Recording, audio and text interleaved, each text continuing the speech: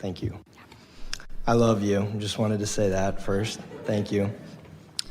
I would like to understand your perspective on to what degree we are distinct from the vibrational frequencies of others. And what I'm really trying to digest more is... To the degree of your attention to them. Next.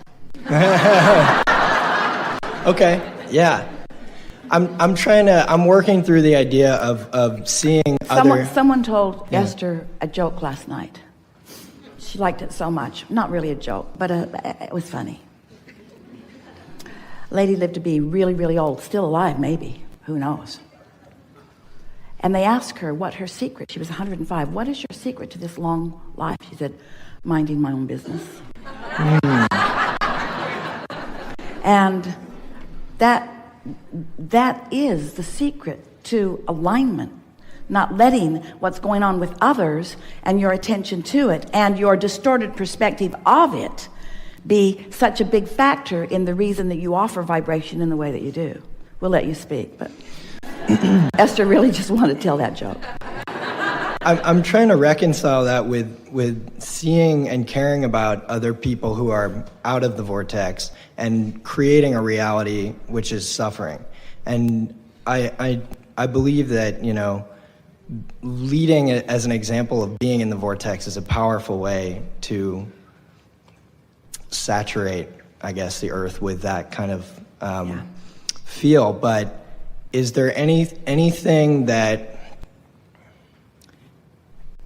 So I guess the question would be, is there any, can a vibrational wave of a bunch of other people who are creating a reality that is suffering, and I'm thinking of genocide or something big like that, can that affect anyone who's in the vortex? Because of the inconsistency of the way so many people hold their vibration, it's hard for you to accept the power of what that focus can bring. If you heard us a minute ago talking about your inner being, Esther playing with us all the time, who always holds the vibration of well-being, it's easy for you to focus on a condition that causes you to have a deviation, or separation is too strong a word, from that vibration. But it is an unnecessary thing that you do. We've been saying to our friends for a long time, start with easier things. Teach yourself alignment on the things where it's easy for you to find it, until you get the sense of what alignment really feels like. Because the more you find alignment, then the more unconditional you will be about it, until you will reach a place that you can focus upon any condition and not lose your alignment. There's something that happens in the human psyche. It's not good for you. Maybe we'll take a little bit of time and see if we can explain how it has come about, although that's not altogether helpful for you. But it goes like this.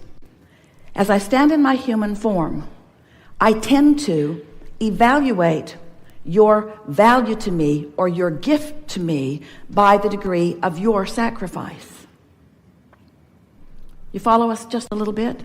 In other words, if you've got billions of dollars and you give someone $100, people say, well, why didn't you give them 200 or 500? Why didn't you give them $1 million? You've got billions. In other words, but if you sacrifice for it, then the gift somehow is more well received by humans, because they are not understanding, for the most part. You forgot to practice for a while your understanding of this infinite flow of resources and well-being. So there is this human sort of wanting to divide up this pie. You've got this finite pie that you think is the well-being, and it feels to so many like if that guy is getting more than his fair share of well-being, then he might deprive somebody else of some well-being. And from that flawed premise comes this sort of a repelling of the well-being that is flowing to everyone. So when you see a person who is suffering, or a group of people who are suffering, and you look from your vibrational place of alignment, you see, here's what you must do if you are to be of value to them, and if you are to stay in alignment with who you are. And unless you stay in alignment with who you are, you cannot be of value to them. If you're not connected to this stream, you've got nothing to flow. So the best way to understand is that as you are evaluating or sorting through the contrast, and you see something that you really do not like, some of that stuff will take you to your knees. It is so much that you do not want it. In the degree of knowing what you do not want, you are launching a equal rocket of desire. So by seeing their plight or their suffering, you are asking for their recovery or for their balance or for their well-being. You're launching this rocket, and source becomes a vibrational match to it. In other words, the suffering of the world has created a vibrational reality of such well-being and such proportion we can't even describe it. And it is from that balance of well-being that new ones are being born. But the ones who are here could benefit from this vibrational reality that you are all part of creating. But you've got to be in the vibrational vicinity of it, or you as an individual or as a part of mass consciousness do not realize it. You don't get to let it be part of your experience if you don't believe it, if you don't expect it, if you're not a vibrational match to it. You can't set your radio dial on 101 AM and hear what's being broadcast on 98.7 FM. In other words, the frequencies have to match up. So you can't have your frequency set on poverty in the world or suffering in the world and be part of the flow of the pure positive energy. But here's the thing. You see, source is flowing to all of you, to all of them. There is a river, a stream, a powerful flow of clarity and abundance and well-being going to all of them. The question is, why aren't they letting it in? How is it that they've come to practice thoughts that hold them in a vibrational frequency? And you kind of ought to know that you're practicing thoughts that hold you in that frequency, because these thoughts that are holding you apart from the frequency of alignment feel so awful when you think them, you see. And so the best that you can do for anyone is to thrive in every way you can. And in your thriving, in your holding yourself in alignment, because thriving and alignment are the same thing, as you hold anyone as your object of attention. And this goes to the heart of your question. What can I do? What can I do, you said. When you're tuned in, tapped in, turned on, and you're holding someone as your object of attention, you are flooding pure positive energy all over them. Whether they can receive it or not is not something that you have very much control over. And they're going to look at you and they're going to say, but you're happy and I'm not. I need you to understand my plight. Otherwise, you can't help me. And you want to say, if I understand your plight, I will be a vibrational part of your plight, and then for sure I can't help you. But they don't want you to be over there thriving. They want you to be over there suffering with them, because it's all they know. They're not sucking you in because they don't care about you. They're sucking you in because that's the momentum of what they've got going on. So you have to understand how this works. You have to decide if you want to be part of the wellness, if you want to be part of the abundance, if you want to be part of the solution. The vibration of a question and the vibration of an answer are very different frequencies. The vibration of a problem and the vibration of a solution are very different frequencies. So when you tune yourself by focusing upon things that make it easy for you to align, going as general as you need to go in order to align, and then tune into who you really are, and then hold someone as your object of attention.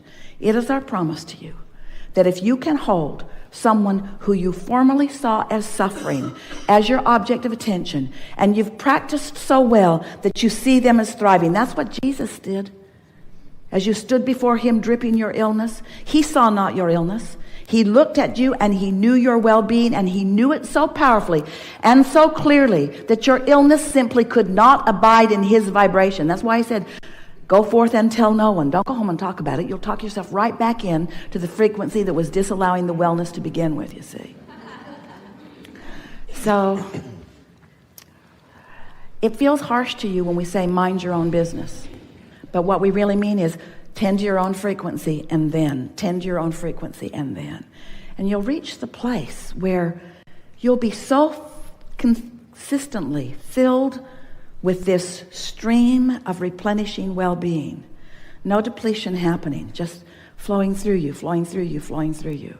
that when you see someone not allowing it, it won't upset your apple cart. It won't throw you off your game. You will be able to know their wellness even in their demonstration of their not wellness, because you know how it works, you see. It's like not one of you stands in front of your faucet. Beautiful faucets in this hotel. Esther was just enjoying them so much. And not one of you stands before your faucet when it's turned off and says, oh,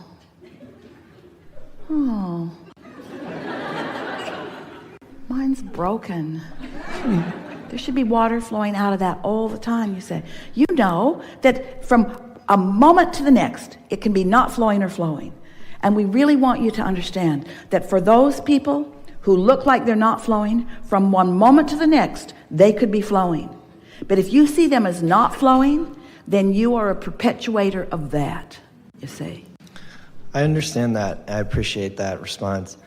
I think it's really general, wasn't it? Yes. It's really general. So easy to understand. So easy to feel. Not very satisfying, though, was it?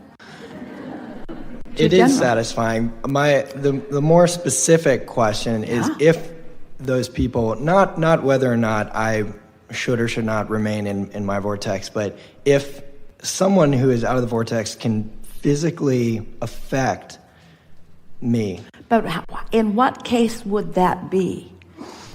First of all, they can't even get in your experience unless you're giving your attention to them. Law of attraction will not match you up. So the first question you want to ask is, why is this in my experience? Why is this in my experience? Because I have an active vibration about it.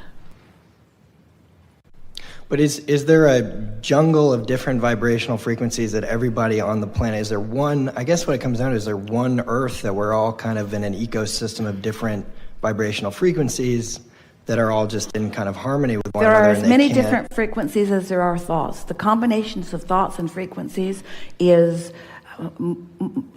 so extraordinary in number that trying to decipher it would drive you crazy.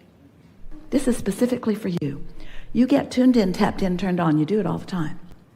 And then from that aligned position, a thought of what you're talking about comes into your mind, because your inner being knows this is the time for you to turn your attention to that.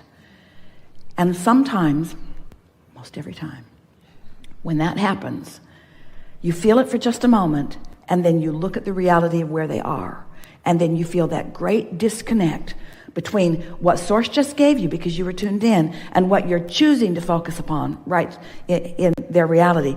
And then the negative emotion that you feel is not about their plight, it's about what you've just done to yourself. Don't you love knowing that?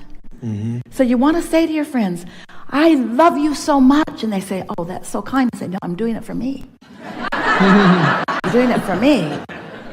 Oh, I thought you loved me for me. No. I find that when I love, I feel so good, so it must be for me. Oh, I thought you were loving me for me. No, I don't think so, because it feels so good to me when I love. And when I'm mad at you, it feels so awful. When I feel good, it's my doing. When I feel bad, it's yours.